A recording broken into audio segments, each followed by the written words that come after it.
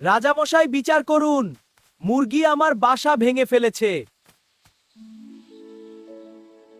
রাজা সিপাইদের ডেকে বললেন, যাও মুরগিকে ধরে নিয়ে এসো। কক কক, সাপ আমার ডিম ভেঙে ফেলেছে। সাপকে ধরতে গিয়ে পিঁপড়ার বাসা ভেঙেছে।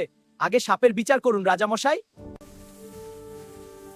হরিণ খুর দিয়ে আমার লেজে আঘাত করেছে। আমি পালাতে গিয়ে মুরগির ডিম ভেঙেছি। হরিণের বিচার করুন রাজা মশাই।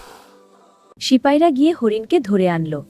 হরিণের চোখে ভয়, সে বলল, কি দোষ, সে হঠাৎ ডানা ঝাপড়েছিল, তাই দেখতে পাইনি। সাপের লেজে পা লেগেছে।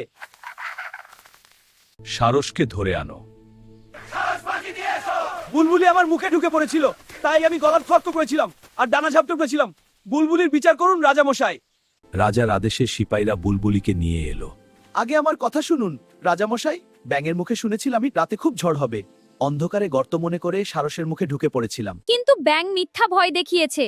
রাতে তো কোনো ঝড়ই হয়নি, ওর জন্যই আজ এত কাণ্ড। তাই ব্যাঙের বিচার করুন রাজামশাই। রাজার সিপাইরা ব্যাঙটাকে ধরতে গেল। ব্যাঙ গাছের নিচের গর্তের মধ্যে লুকিয়েছিল, কিন্তু লুকালে কি হবে, ব্যাঙের ঠ্যাং ঠিকই দেখা যাচ্ছিল। রাজার সিপাইরা ব্যাঙের ঠ্যাং ধরে টান দিল। ব্যাঙ, তুমি মিথ্যা বলেছিলে কেন? শহরে বেড়াতে গিয়েছিলাম রাজামশাই। চায়ের দোকানে শুনলাম লোকেরা বলছে রাতে ঝড় হবে। আমি সে কথাই বুলবুলিকে বলেছিলাম। এই দুষ্টু ব্যাঙকে কাঁঠাল গাছের তলায় নিয়ে চাবুক মারো।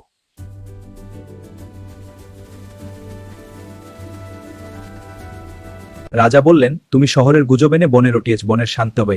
কিন্তু বারবার চাবুক গিয়ে লাগলো কাঁঠাল গাছের ডালে। সেই কাঁঠাল গাছের কষ গড়িয়ে পড়লো ব্যাঙের গায়ে। তারপর থেকে ব্যাঙের গায়ে দাগ হয়ে গেল। শুভ বন্ধুরা, এই গল্প থেকে আমরা কি শিখলাম বলতো?